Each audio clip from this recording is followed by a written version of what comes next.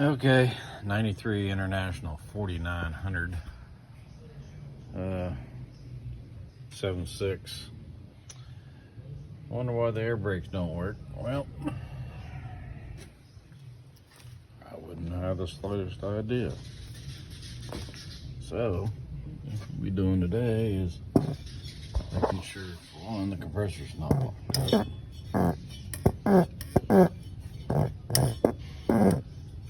The Bendix compressor, 550 through a belt. Now, the problem with this is you can't just throw a belt on there, adjust it, and everything's fine. Right there is a PTO. You can see it. Let's see if I can zoom in. There's a shaft. It goes right down through there to, of course, these things are rigged for snow plows, to the pump. So you can do it. You just got to unbolt. There's 4 bolts that hold the shaft to the end of the crank. And it should be a slip yoke, a little slip shaft, splined. So you should be able to take that loose, slide that forward, you know, 1/2 inch, 3/4, whatever. Just enough to slide that belt up through there, get around the crank. And of course, feed it up through the fan and all that stuff. Up around your pulleys, and then just loosen your this one and that one.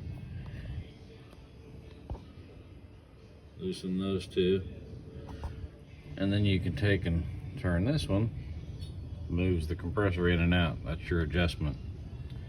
So we'll see about, I gotta wait. Nobody in town had a belt, not even International. It's kind of shocking, but once we get the belt on there and everything, I'll give you an update, but I'm pretty sure that's about it. I mean, you know, slam the belt on there, tighten it up. They called yesterday that they're laying gravel in the alleyways. Right rear brakes was locking up. Said it felt like it was dragging. So I went out there and looked at it. Yeah, sure enough, it was dragging. Well, wasn't no air pressure. He told me he had heard like a slapping noise. I don't know if you can see that shaft a little bit better there. Yeah. You heard a pop. It was like a burning rubber smell, and then a slapping noise. Then it quit. So the old belt was wrapped up around the fan clutch there. You can see the shiny part where it was rubbing. It unwind all that, but yep, it's it. So if you ever have a problem with one of these Internationals, 4900, early 90s model, it's got that 7.6 International in it. But mine's rigged up for a snow plow. It's an old state truck, old plow truck. So, I say pretty simple. I mean, if you've done one, they're pretty simple, but if you've never tackled one, that's how you do it. You gotta remove your shaft, just slide it forward. It should be splined. Make sure you, I think it's 9/16. I think they're just 3/8 bolts. I believe they're fine thread. I could be wrong on that one. It's been a while since I've done one. But just loosen your compressor where it slides back and forth on the plate with the adjustment. Put your belt on there and make sure all your pulleys are good.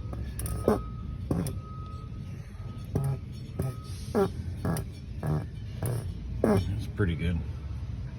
Compressor didn't lock up. It's the first thing I thought was maybe the compressor locked up. That's why it threw the belt, but it didn't. It starts and runs. I filled up the primary air tank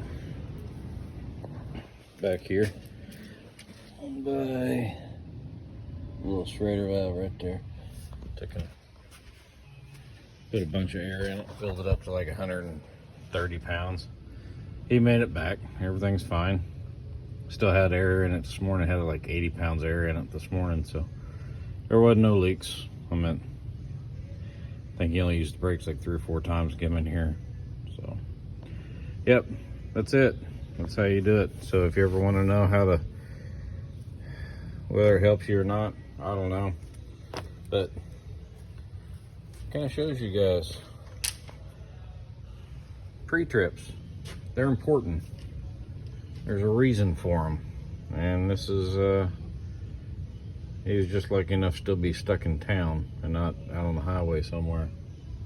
So, anyway, pre-trips. Check your belts and hoses, fellers. You know, they're on there for a reason. And when they're not, you'll have some issues. So, any questions? Hey, drop me a comment. Go down in there in the comment section.